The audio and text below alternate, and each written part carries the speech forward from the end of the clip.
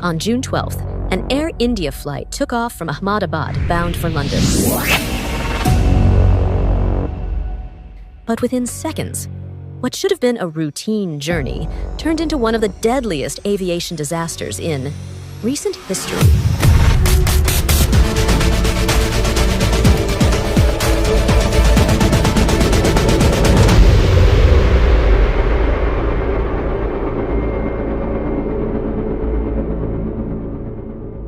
A Boeing 787-8 Dreamliner, Air India Flight 171, crashed just moments after takeoff, killing 269 people, including those on board and on the ground with just one survivor.